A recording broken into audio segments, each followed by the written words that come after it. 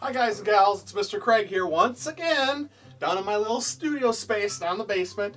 And I represent the Boys and Girls Club of Greater Green Bay, specifically the Youth Arts Initiative, or the YAI as I call it.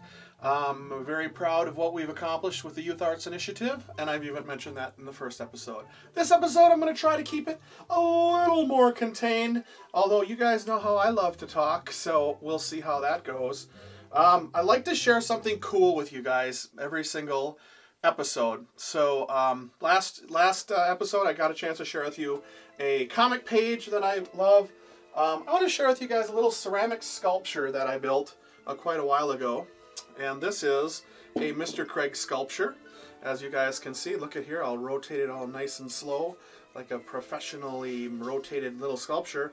But if you notice, this Mr. Craig has got really long mullet-like hair in the back. So what the heck, Mr. Craig, you had a mullet back in the day? Ladies and gentlemen, yes, indeed, I did have a mullet. Let's take a closer look here at the little sculpture. But this I built out of ceramic. You can see the bottom is hollow, and it was built in 1997. So this is maybe older than some of my students are. Very cool. What I want to talk to you guys about is I want to continue our talk and continue our lesson on creating our comic pages. We are taking our life story and we're turning them into comic pages. So if we could make 2 pages, that would be fantastic. Or if we can just make 1 page, that'd be great, or just even a couple panels. Well, yeah, last week I talked about how to make our sloppy copy of how we're laying out our pages. And so I made one of myself putting a cup of bugs, getting a cup of bugs, and this was done last week. So what I want to do now is I want to take this plan and start sharpening it out to make it into a final drawing that I can ink. So let us jump right into things. And keep in mind, take note of all the little things that you're doing in your day. Today, let's see here. One day this during this quarantine, the only big thing that I did was move a bookshelf 1 foot. That's took me the whole day. So that one there, I'm going to put that down. Moving a shelf. Because not only is that a dumb little thing to do a panel about, it's a dumb thing that shouldn't have taken a whole day. I should have been able to do a lot more than that. So that might be a panel for the future. Let's jump right into what's going on with our comic panels. So what I'm going to do is I'm going to get myself a clean sheet of paper, and I'm going to measure out a 5-inch box. Now this last week when I showed you my sloppy copy, I drew it in really dark. Don't make it dark. Keep it lighter, on the lighter side, because this one here we're going to erase all the pencil marks. So I'm going to make my light marks across there, and you probably aren't even going to be able to see it with the camera. So I'm not even going to cut away unless you can see it. But I'm going to make my straight edges on the edge of the paper. We know that machines that they use to cut paper in the big paper companies, chop, chop, chop, chop. They cut it straight enough that we can't make lines that straight.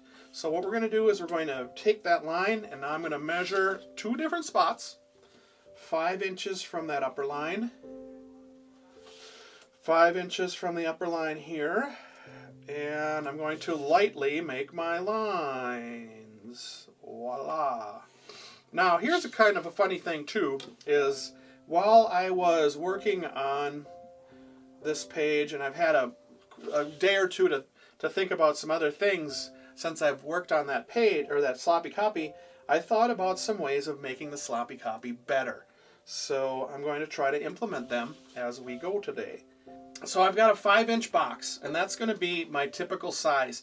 And now I'm keeping this pretty simple. So if we have a series of 5-inch boxes, we can maybe get 3 rows, 1, 2, 3, 4, 5, 6. And that might not be very interesting to you. You can change around the sizes and rethink some things. If you want to, what I'd strongly encourage you to do is to make a sloppy copy of what your whole page wants to be.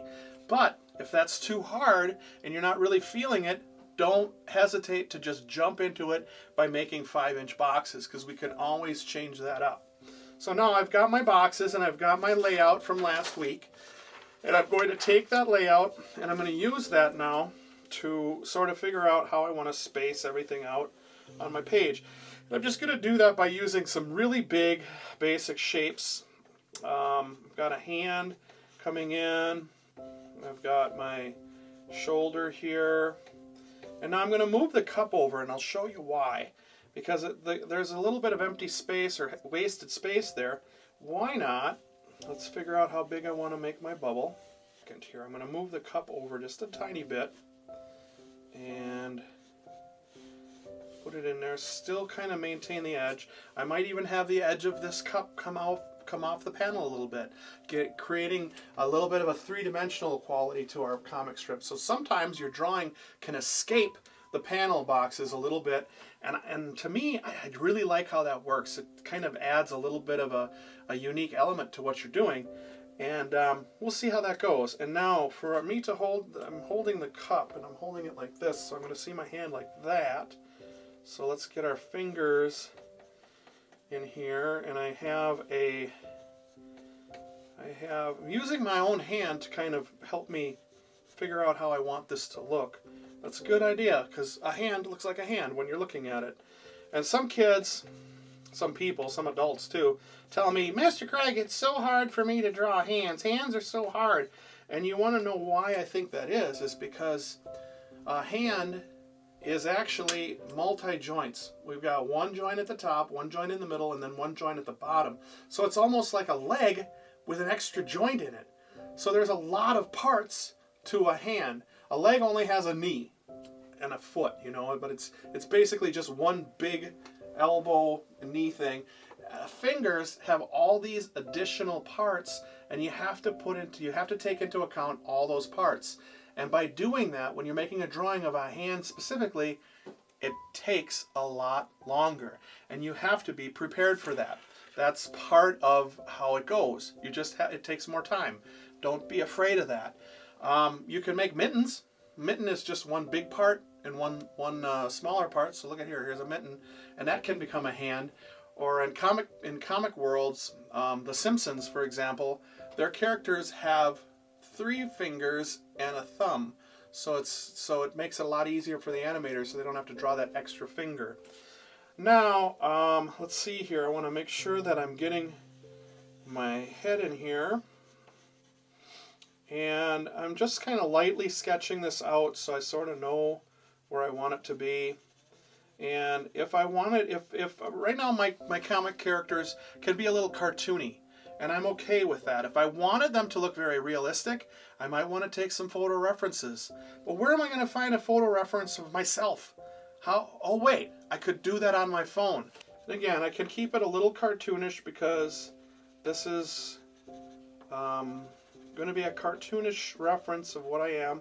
But my hair, as I'm getting older, has got a weird whoopee whap whop to it that I don't understand. It used to go on both sides, and I had this handsome little muff of hair, and now I got this big old massive gray, and now I can actually kind of change the angle a little bit to match what's going on, but again, still keeping the cartoon look to it. But now, the reason I wanted to shift this over a little bit is because last week I was talking about how it was a funny joke where I said they won't be bugging me anymore, or I captured a cup full of beetles that won't be bugging me anymore. I thought it would be funnier if the little bug said, or the little beetle said, stop bugging us. So that's what I'm going to do, and it kind of fits the joke in, and I'm going to put that right in the center with a little bit of a bubble there, and the beetle's going to be just a little thing there. So now what I want to do is I want to start to ink this page. Now there's a couple of different tools that you can use to do that. Sharpie pens are pretty good, but they do bleed. So you got to be ready for that. And I can use that. I use Sharpies when I need to make a lot of big areas of black. Okay? So keep that in mind. And right now what I want to do is I'm going to use this to make the outline of the boxes. So I could kind of make a straight line Mr. Craig, how come you're making a straight line with a marker and it's not going to be perfectly straight when you have a ruler right next to you? Well, one of the reasons I do that is because a line that is made by hand might not be perfect, but it's going to have a little bit more character or interest than a perfectly straight machine-like robot line. So I can kind of use this marker to make my best attempt at making a straight line, but yet it's not straight at all. Now, you can use normal ballpoint pens, and I'm going to demonstrate that sometime. In fact, let me write that down, because I want to demonstrate that so you guys can see what a ballpoint pen can do to make these comic panels. But I'm going to use the comic pens that we've been using, because we've used these before in the past. And let's see if I have one of the brush tools, because that would be a really good one for us to start with. And I don't know if I have a good one. I know this one is a brush tool, but it might be, it's pretty clunky. Typically a brush tool is going to have a fine tip on it, like a normal brush. And this one here is a small brush, so let's see what we can do with a small brush.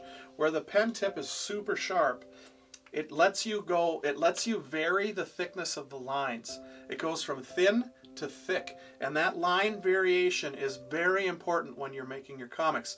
If the lines have variations, and sometimes it's thicker and sometimes it's thinner, and if you get really good, you can make the thicker part of a line where a shadow might be, and it'll make your line look like it's actually got some 3-dimension to it, which is crazy.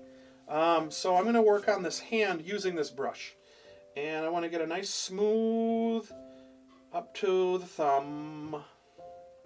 And I'm improving my lines, my pencil lines, as I go. Don't be afraid of that. And if they kind of change as you're going, figure out ways to make it work. An artist is always finding creative problem solving. Oops, I did something wrong with this drawing. What can I do to make it better? What can I do to make it a stronger illustration?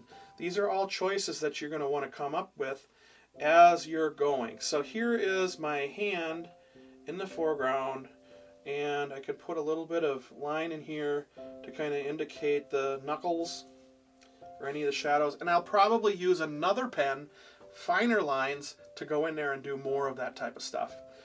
My hair is a mess in this picture. Oh my gosh, that means my hair is a mess right now. Uh-oh.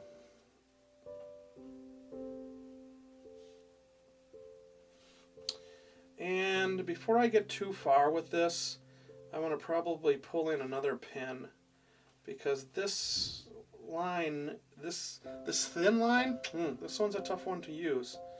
I don't really use this one that often, and it probably shows. Now let's put this one away and go to just a nice, the M pen is a thicker pen. Mr. Craig, I don't have any of those pens. What do I do? Okay, well, the pen that I strongly suggest for most of the work that I would ever do is this old, not so fancy, but basic Crayola pen. And they have a nice chiseled tip to them, like a little cone tip. Let's see if I have a good one here. That's why I pulled them all out. But you can see that it's just a big blunt nub that, no, that one's, a lot of times kids, like this kid here, some little Hulk used that one, pushed the tip right back in. So I'm looking for one good one. Ah, I found a good one. Now let's see if it's got the right amount of ink. Yes, perfect. So now I can go into here, and this, if depending on how I hold my tool, if I hold it straight up and down, I can get a nice thin line. If I hold it to the side, my line is thicker. If I hold it way to the side, I can make a really thick line. So this gives me a lot of variety as I'm making my lines. And I can also have a lot of control as I'm doing that. So I'm going to go in here and use this to give me some of my lines that I need. And my glasses used to be a lot thicker too, so I'm trying to, my drawings now are different or my self-portraits are different now than they were in the past. In the past, I just could make some giant glasses, eyes, and make my whole eye. But now, my eyes are a little bit different. And this might not exactly look like me. I'll have to maybe fix it as I go. And I get my big old schnoz in there. And as soon as I get my schnoz, all of a sudden it starts to make a difference. You can start to see maybe a little bit more of Mr. Craig in here. Although Mr. Craig is pretty easy. You draw anything with glasses and a mustache and a beard and a little heavy guy, and all of a sudden it looks like me. I can use this to kind of get the outside of the bubble, the word bubble, and I want to do that with a nice clean line if I can. I'm going to fix this line a little bit, thicken it up, thicken this up. Man, I got a thick wrist. The wrist isn't that thick. And that right there, I can see already that I've made a couple mistakes on this, and I could either decide to keep it or to turn it all the way around and start all over. What I want to do here is I'm going to possibly have to do this over, but maybe not. Maybe I can make this work.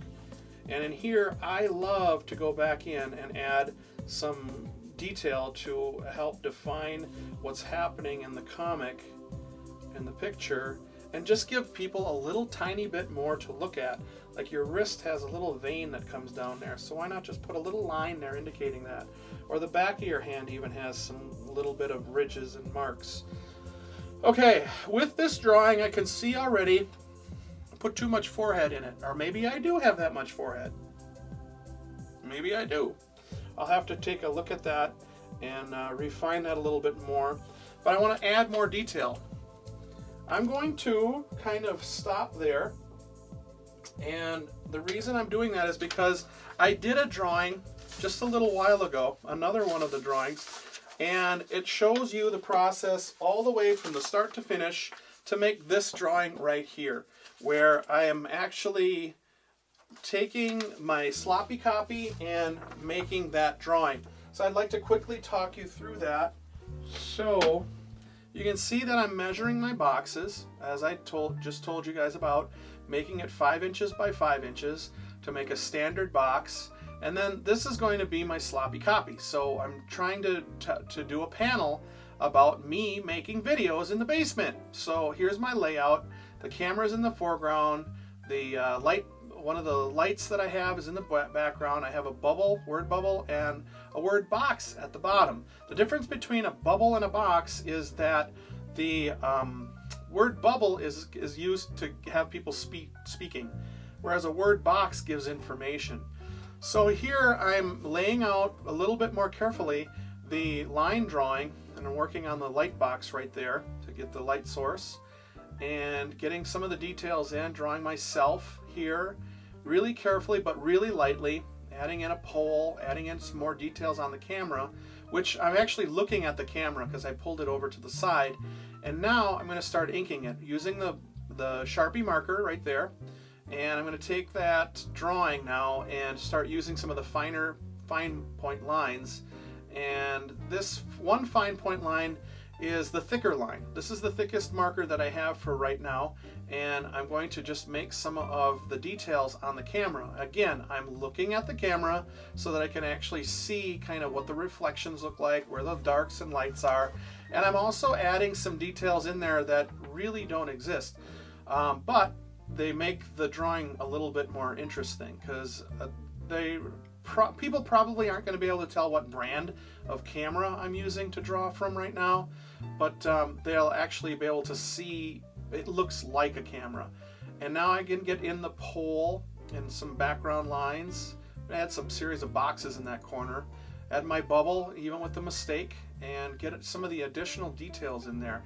And as I'm working, I can go over the line once or twice to make it just a little bit thicker. It's something that I don't talk about a lot, but I want you to think about, is that we want to have some areas in our drawings that are just pure blacks. Allow there to be some areas that have a resting place that are just pure white, but also have a resting place of just pure black. So oftentimes a drawing will have maybe not 50% black and 50% white. It'll maybe be 70% white, but that 30% black will still look really, really cool. So here I'm adding some details on my face and getting some of that done, and looking at my Animal Tales t-shirt I was wearing in the very first video. I'm wearing my Doodle Planet shirt now, but I get it just adding in as many details as I can. Forgot to do the legs, so I'm adding the legs in.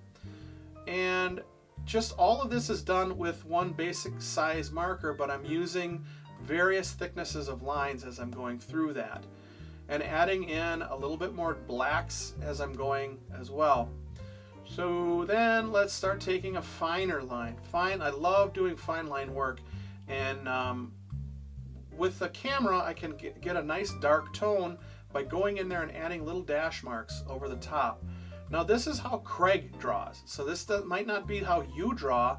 You might want to find your own ways and your own methods and your own styles, but Mr. Craig likes to use these little cross-hatching marks to kind of indicate shading, and that's something that I've used a lot in the past on drawings I've done, and used just to kind of make maybe my work stand out just a little bit.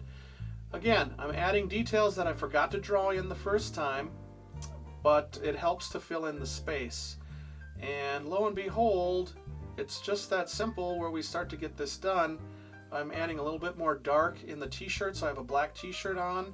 But the one thing I want to show you too, if using an eraser to clean it all up, the one thing I wanted to show you is that once you have most of this done, you can use a special tool, and this, you might not have access to this, but I might be able to get you this tool when you get back to the club. It would be really a very helpful little tool for you. And that tool is a white drawing pen. And that white pen is going to be used to draw in, right here, I'm going to use it. And then you can see kind of how I can draw in my whiskers a little bit better and clean up a couple of lines. I'm going to write out what I want to say in the bubbles when I get some time to do that. Notice I did not put the lettering in there. I can use the computer to do that. And just like that, you have your comic strip next panel done and ready. So, boys and girls, thank you so much for checking in with what we're doing. Today's theme is supposed to be about outer space. We don't get a chance to be in outer space. We're always stuck in inner space here the last couple of weeks. We'll get a chance to see outer space soon. Last night I looked up into the sky and I saw a satellite. I think it was a satellite flying past one of the planets and I think it was a planet. It was a pretty bright speck in the sky. So outer space is something that I always enjoy looking at as well, just to be appreciative of it. And anytime you can see a shooting star, it's always fun to make a wish upon that. And I wish that you guys are all having a safe and healthy time away from the club, that you're getting some things accomplished, that you're staying motivated, you're staying happy and healthy, and not driving mom and dad crazy, or whoever you're staying with, not driving them crazy or not driving yourself crazy. Get some awesome things done, and we'll be able to assemble this into something really cool, I think, in the future. So gang, it was fantastic chatting with you again. I hope that you learned something from this session, and we will talk to you guys very soon with the next session, where I might talk a little bit more about inking and finishing up your work. Thanks guys, it's Mr. Craig, and I am out of here. For the Boys and Girls Club of Greater Green Bay, have a great day.